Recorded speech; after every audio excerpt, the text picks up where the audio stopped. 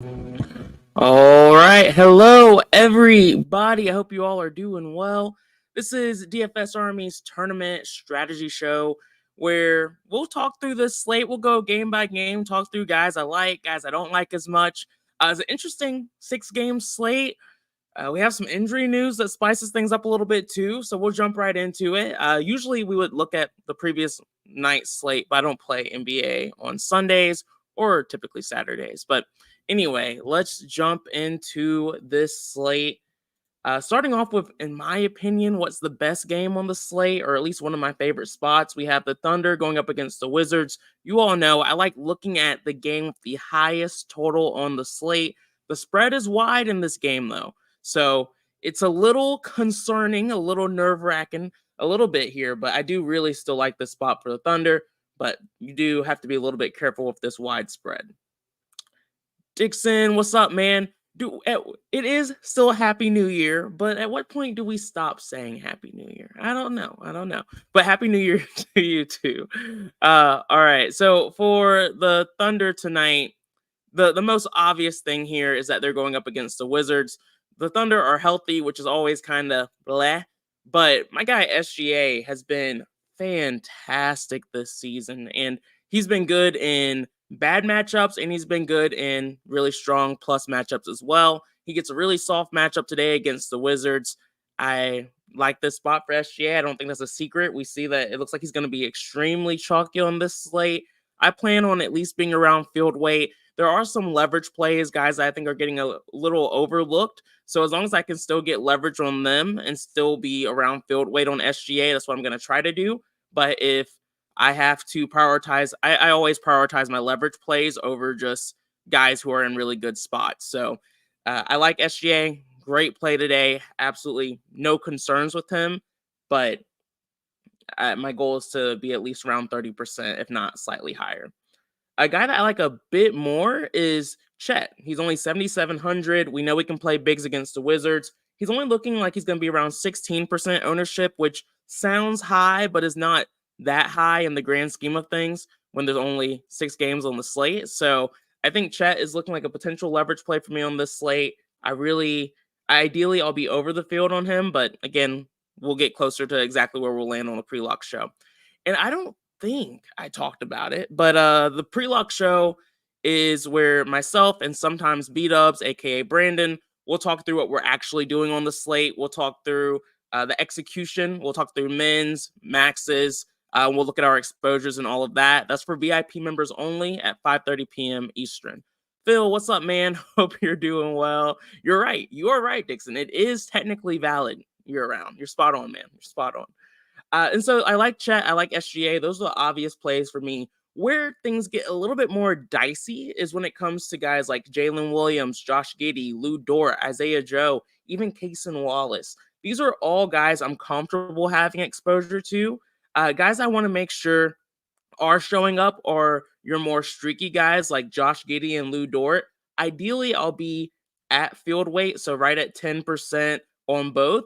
But I am comfortable being at least around 20 to 30% exposure on both of them as well, just because it wouldn't shock me if one of them end up having a strong performance tonight. So I definitely want to make sure I'm having exposure to this team because of the great total and just really good game environment going up against the Wizards.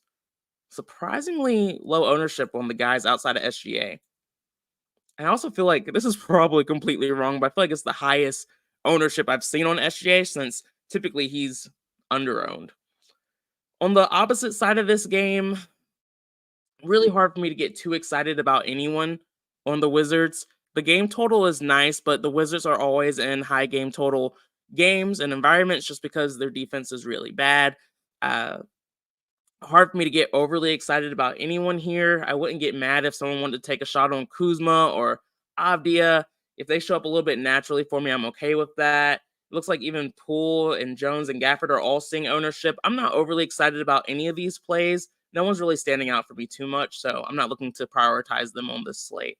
If they're like last lineup fill type of plays, I'm okay with that, but they're not going to be a priority for me today. It's really just the Thunder side of this game.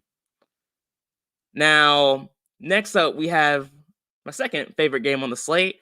We have the Celtics going up against the Pacers. This is a team that we literally just got injury news for. It looks like Jason Tatum will be out, and then also Sam Hauser will also be out.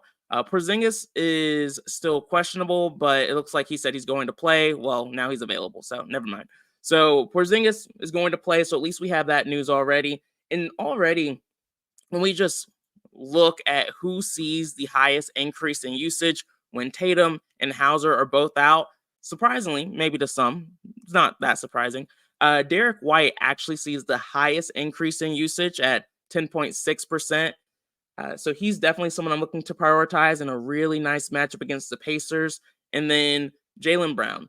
Jaylen Brown can sometimes disappoint us in these kind of spots, but I'm still willing to go over the field on him here. This ownership is not going to be correct. Like I said, we just got the news about Tatum, so this will update by the time we get to the pre-lock show. And my goal is to make sure, kind of like with the Thunder, SGA and chat, I want to make sure I'm at least at field weight with them. I wouldn't be shocked if Brown's expected to be, I'm hoping 20 to 30% owned today, but it wouldn't shock me if he's in the 50s, 60s. But ideally, I'll just have to match the field on him just because this is a really good spot and he's priced very, very well. We talked about it. Derek White sees the highest increase in usage. He's another guy I'm going to prioritize here. And then hopefully Drew Holiday and Kristaps Porzingis both go a little bit overlooked in this spot, I hope, because I really do just like the Celtics in general. So Porzingis and Holiday are other guys I'm looking to force exposure to. So, like I said, starting off high, I like the Thunder. I like the Celtics. Outside of that, Zvi does see a 10.1% increase in usage with Hauser out. So he's a okay dart throw type of play.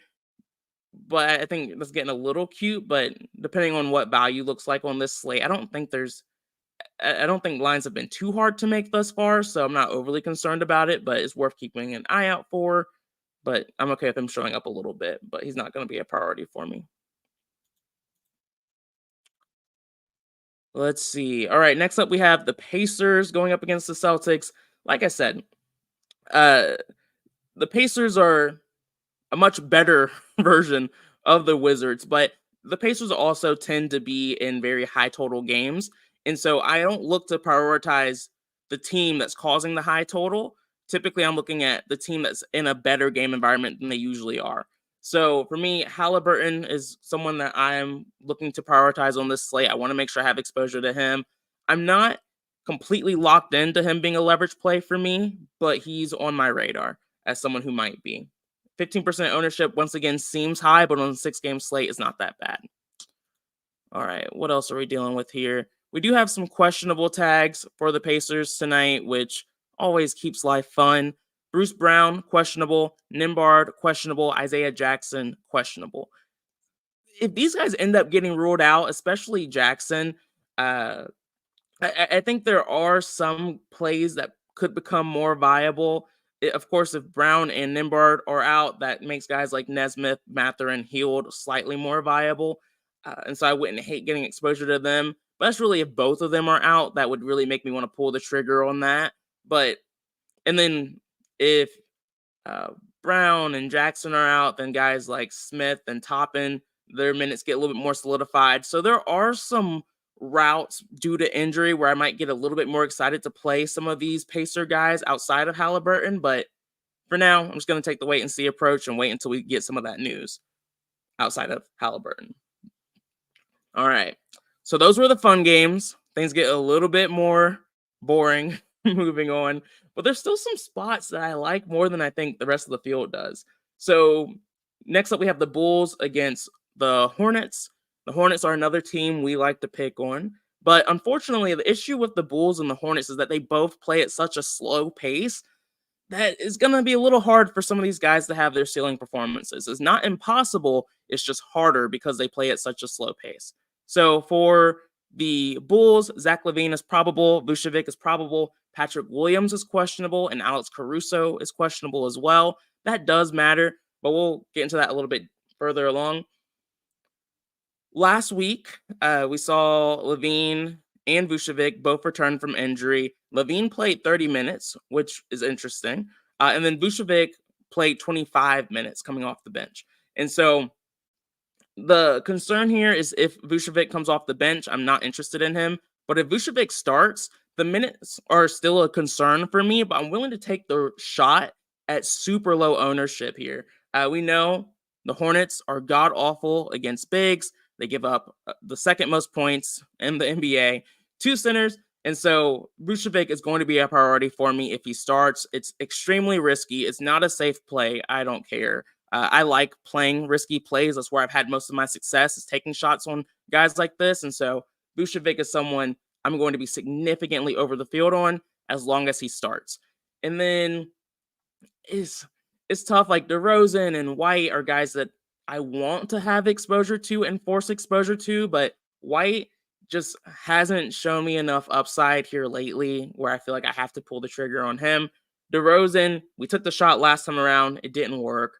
I am willing to go back here, but I want to wait until we get a little bit closer to lock because I want to see how lines are being constructed and how easy it is to kind of fit him in there. But he's someone that I'm thinking about, but just due to the total and game environment, I just don't think we have to go there today, but viable. And then Levine, I'm not super interested in him unless Caruso and Patrick Williams are out, because if they are both out, I think they'll need Levine to play a little bit more tonight. So interesting team, but outside of Vucevic, no one that I'm overly excited to force exposure to. Hornets, you guys know these guys suck. The only guy you really need to look at here is Terry Rozier, and he's getting decent ownership. Ideally, he'll show up for me around field weight exposure. You can always take a shot on Miles Bridges. He has upside, but in a slow-paced game, I'm not trying to force it. Similar story of Terry. He's someone that I would like to have exposure to on this slate. I have a like on him in the domination station currently because I want to see him show up a little bit. But as I continue to make changes, as we get closer to lock, if he falls off for me just because of some of the other guys I'm prioritizing, he's not someone I'm going to go too crazy if he just doesn't show up the way I want him to. What's up, Thomas? Hope you're doing well. No worries. It's okay to be late. Daniel, what's up, man? Agreed. Let's get this bread. NFL was surprisingly really good yesterday. I am not a big Week 18 guy, but it was pretty solid. So, agreed. Let's keep it going. Let's keep the train going. Dixon, man, every time. I don't hate that though. I don't disagree. So yeah, the only guy I'm looking at for the Hornets is Scary Terry, and that's about it. Next up, we have another low total game. We have the Rockets going up against the Heat. The Rockets are surprisingly, outside of Terry Eason, relatively healthy these days. Dylan Brooks has been out for a bit now, so not overly concerned with that. So for me, I was going back and forth between Şengün and Fred VanVleet. Low total game, but they're both projecting pretty well, and neither one's super expensive. I also think you can take a shot on Jabari Smith with Eason out, but I don't think you need to do that on this slate. I think there's better options in his price range. So I'm really looking at Fred VanVleet just due to the upside here. I think Şengün, there's other bigs I'm looking to prioritize a bit more, but if he shows up, I'm not going to X him out, that kind of thing. So really, Fred VanVleet is the only guy I'm prioritizing. If anyone else shows up, it's because the domination station likes him. All right. The Miami Heat are another team that I think I like more than most people do. Jimmy Butler's still out. They have other injuries too. Caleb Martin is doubtful, so he's going to be out. That does matter. He sees a decent amount of minutes these days. And Kyle Lowry is probable. I don't really care too much about Kyle Lowry these days. He's still not just playing enough minutes for me. But I do think Bam Adebayo and Tyler Hero are viable, and even Jaime. But I don't love the matchup for Jaime, so I'm not looking to prioritize him. I wish the ownership was slightly lower on Bam and Tyler Hero, because then they would have been super easy leverage plays. But for now, I'm not looking to force them in. But I'm hoping Bam and Hero start to show up for me a bit more as we get closer to the pre-lock show. And if they're not, I'm probably going to take a shot on Hero here, but I think Bam is just as viable. I just like Hero's slightly cheaper price tag. And yeah, so I like the Heat a bit. Like, I like some pieces from these two games, but I'm still trying to prioritize my exposure to the Thunder, Celtics, and the next game we're about to talk about here. All right. Next up, we have the Jazz going up against the Bucks. This is the third highest total game on the slate, which means it's also my third favorite game on the slate. And the way that I'm thinking about the Jazz tonight is that they're healthy. And when they are healthy, they have a ton of bodies to utilize. And so that makes quite a few of the guys that we've been playing for a while less viable. And it's been this way for like the last few games. So I don't think that's super surprising. I know some guys have started to take some shots on guys like George and Fontecchio and guys like that. But I'm not overly excited about the Jazz outside of guys who have high upside. And we finally saw that upside from Lauri Markkanen on Saturday and Jordan Clarkson. He's shown that. But I also like playing guards against the Bucks. The guards against the Bucks thing with Damian Lillard out, I do think it might make the matchup slightly tougher. But I still like Clarkson here, and I still like Lauri Markkanen here. The Bucks defense as a whole this season just hasn't been that great, so I'm not overly concerned about the matchup tonight. So I'm looking to make sure I'm at least around foot weight on Clarkson, and then Markkanen is someone I'm looking at as a potential leverage play. Sexton's getting ownership. I'm not overly excited about Sexton, but if he shows up a little bit naturally, it is what it is. And it looks like Kessler's getting some ownership. I don't hate it. I just like other centers a bit more on this slate. So if he shows up naturally, it's fine, but not a guy I'm looking to prioritize. All right. Let's see here. Bam, double. Yeah, like I do think it's a good spot for Bam and Hero. They both still see decent usage rate increases with Butler and Martin out. They dominate everything from an offensive standpoint. It's really just the matchup. The Rockets just haven't been a team to pick on too much this season, but we know both Bam and Hero can be, they can break entire slates. So I am not trying to advocate to not play them just because I like their relatively low ownership on this slate. Yeah, I think Giannis is, thank God he's priced, like he's not that priced up, but I'm just glad he's not super cheap. Like he's not a 10K player. Like sometimes they have his price tag at, but 11,700 at least creates a debate between him and SGA and Halliburton. The thing that we should talk about here, the reason why everyone likes Giannis so much is because Damian Lillard is out. Cameron Payne is out. I don't care as much about Cameron Payne being out, but Damian Lillard is out, which is massive for this team.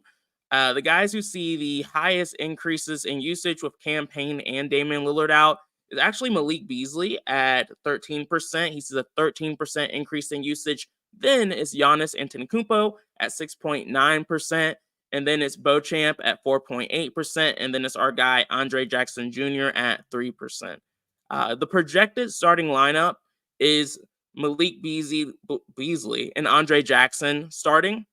And so I expect Andre Jackson to be super chalk on this slate. He is the value that makes a lot of things work.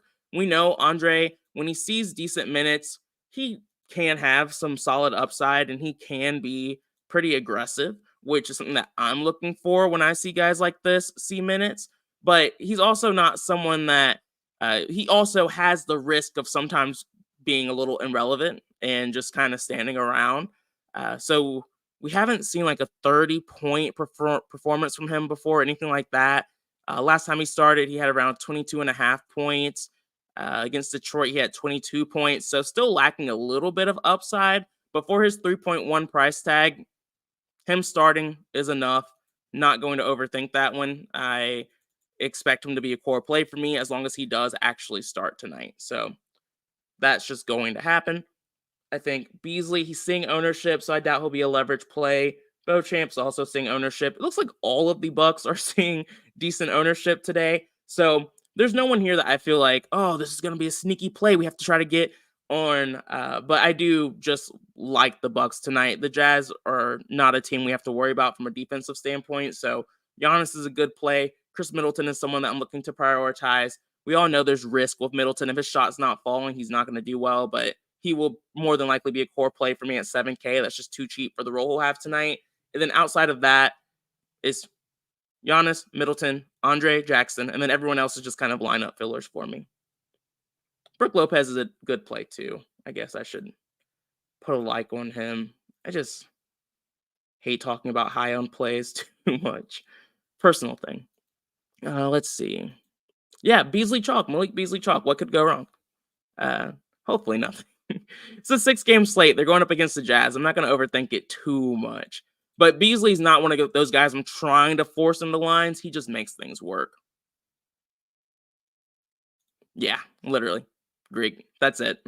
Yeah, and point guard Greek today. That's a good mention. Giannis is going to uh, manage and dominate the offense a lot more than he usually does with Damian Lillard out. And crazy, crazy. If you showed people that 20, 30 years ago, they would call you crazy. I still kind of want to, but we've seen him do it well. So at this point, I'm okay with it. All right, next up, we have the Suns against the Clippers.